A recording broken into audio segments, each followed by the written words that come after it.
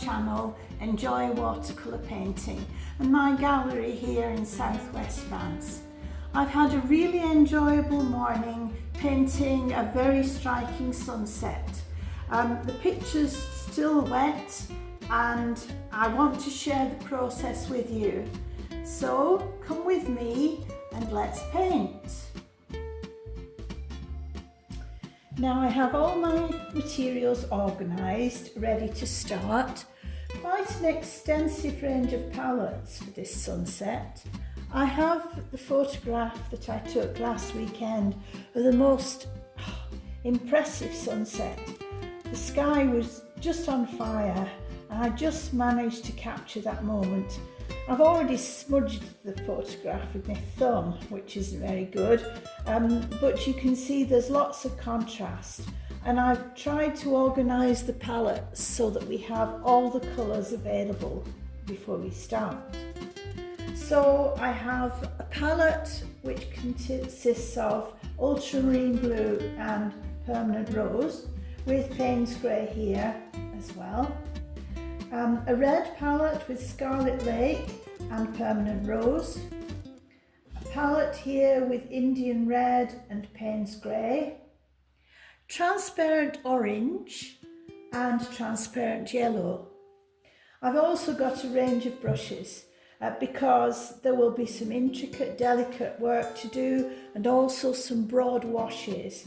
And so I have a large size 10 mop brush, an even bigger 14 mop brush if need be, a smaller size 4, and then a lovely delicate liner. And I also have my yellow System 3 acrylic brush, which is really good for moving paint when it's dry and blending hard edges. The paper that I have is Arche 300 gram, and this time I've chosen a rough texture because I think that will help the process. And so with my 2 pots of water, I'm ready to start.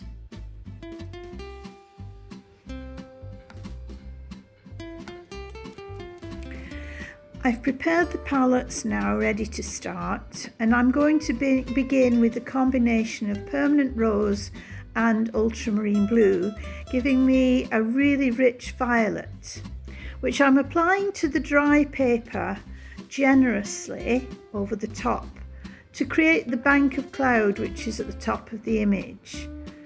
I am being generous with this and making sure that the brush is loaded with paint at every stage, just adding colour right across the paper.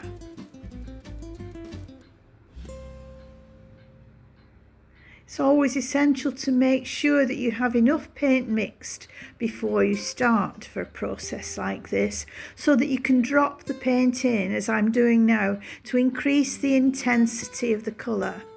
I'm working on dry paper with very concentrated paint will give us the rich colour that we're looking for.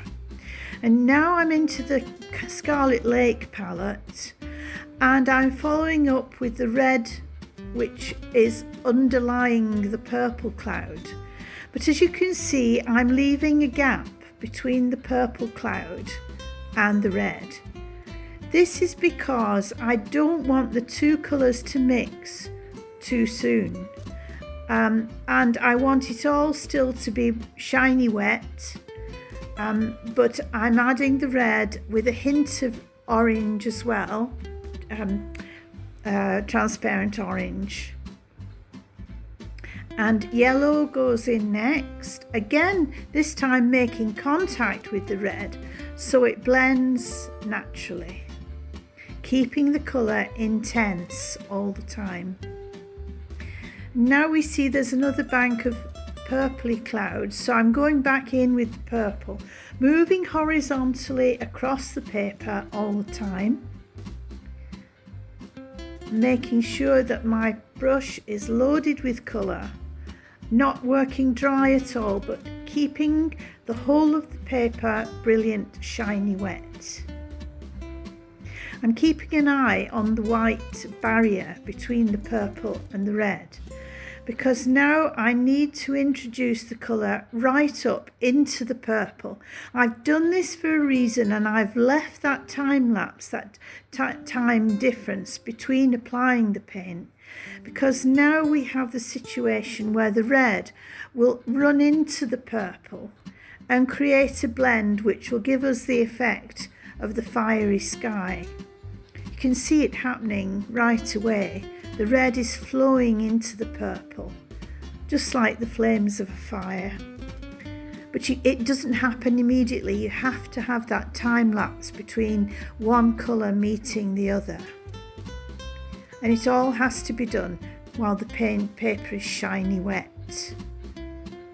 Now I can leave that to work and change, and I'm going further down the paper with my reds again, coming up to the point where I need to leave the flash of the dying sun, not dying, but setting sun. I'm taking it across and leaving a little bit of the white paper exposed. This is all very loose, and just you letting the paint create the effect, and the water help the paint to create the effect. And that fiery sky is really coming into its own now. I'm leaving this strip of light which is just about to disappear below the horizon.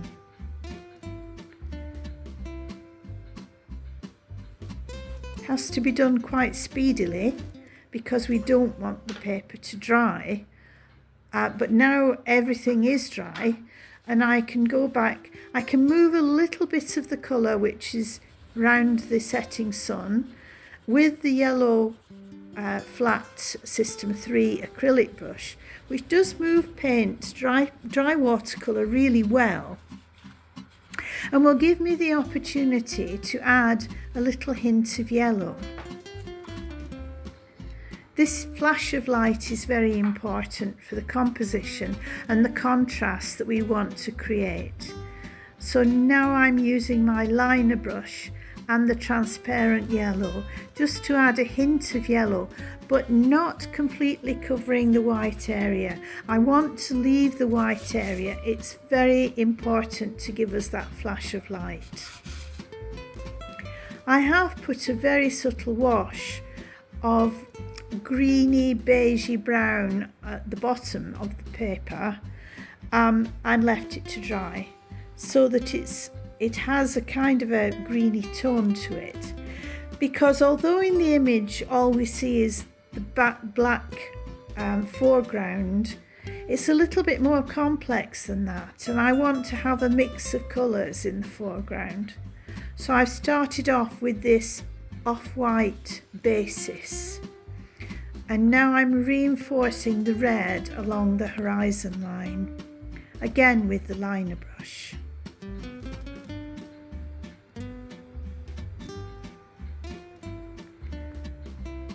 The more intensely you can work with the colour with a picture like this, the better it will be. It's all about contrast and drama and enjoyment, of course.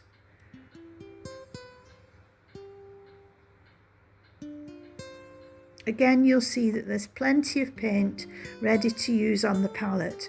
The benefit of using these tiles to mix your paint means that you always have a lot of colour available, and that's essential when you're painting in this way. And now my Payne's Grey Indian Red palette is coming into its own, because I can start to darken the foreground, starting just underlying the red that I've just put on, which is still wet, so the two colours blend. Working my way along that line. It's all about blending and letting one colour react with the other colour, and we can move the colour, pour the colour on, drop the colour in and let it move. If the foreground was totally densely black, the whole picture would not have as much depth. And so I am paying attention to the fact that the land is not flat, it's a series of rolling fields. And so I want some light and shade. So I'm adding strong colour and then washing it with the mop brush to give a hint of the contours of the land. And also mixing colour, adding Payne's grey, some purple, some red, so that we have that blend of colours in the foreground, which will help it to be more interesting and give more depth to the picture. And also, it doesn't matter if you leave little patches of the white paper shining through. It helps to give that feeling of depth and interest.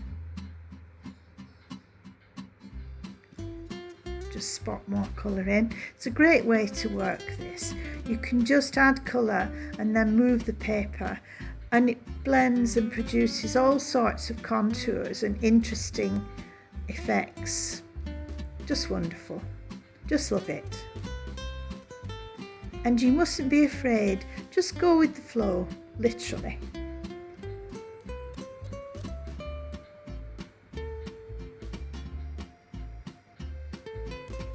Now I think we've let it dry, and we start to think about the detail, the tree line.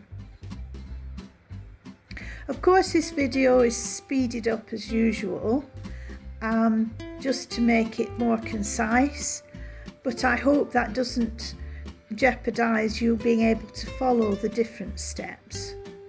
And here this liner brush comes into its own. I'm using a combination of the violet that I produced and the Scarlet Lake to put in the branches of the trees.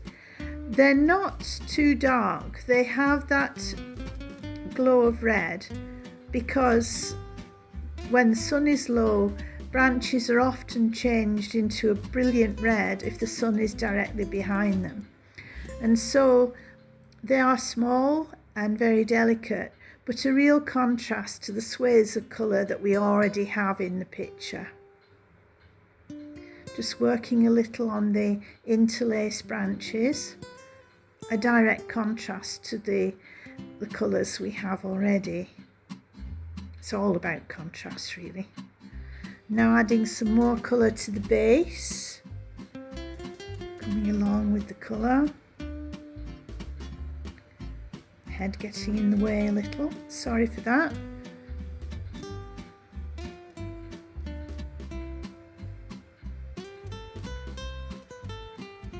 This is where I feel the picture starts to come alive and has depth and takes your eye through to the point of the sunset.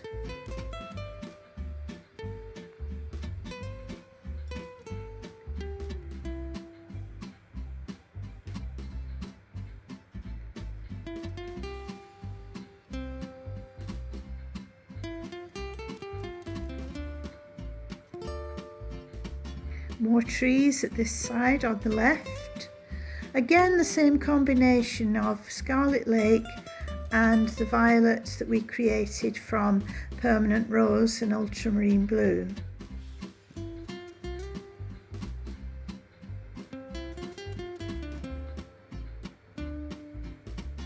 Just little delicate lines, nothing too solid. A broken line is often better under these circumstances than a too solid line. I'm using the side of the liner brush just to give the impression of the smaller branches.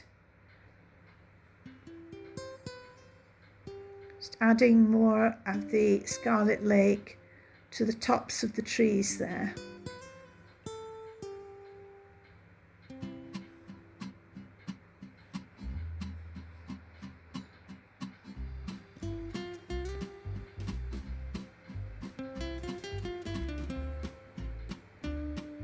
Really having fun painting this picture.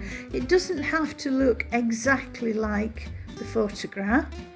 It's just the photograph gave me the idea and made me want, the whole wonderful sunset made me want to paint it.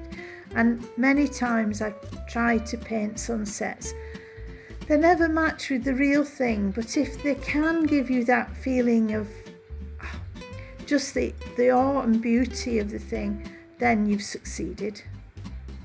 Now we add more colour to the foreground. Again, a mix of colours. Darker in the mid-ground and then lighter as the sun is catching the foreground. So there we have our picture. Thank you for watching my video. It certainly brightened up my morning and I hope it's brightened up your day too. Next time we have a wonderful sunset, why not take a photograph and just have a go at capturing the beauty of it all. I'll leave you with the image. If you haven't done so already, please don't forget to like and subscribe and leave any comments you may have.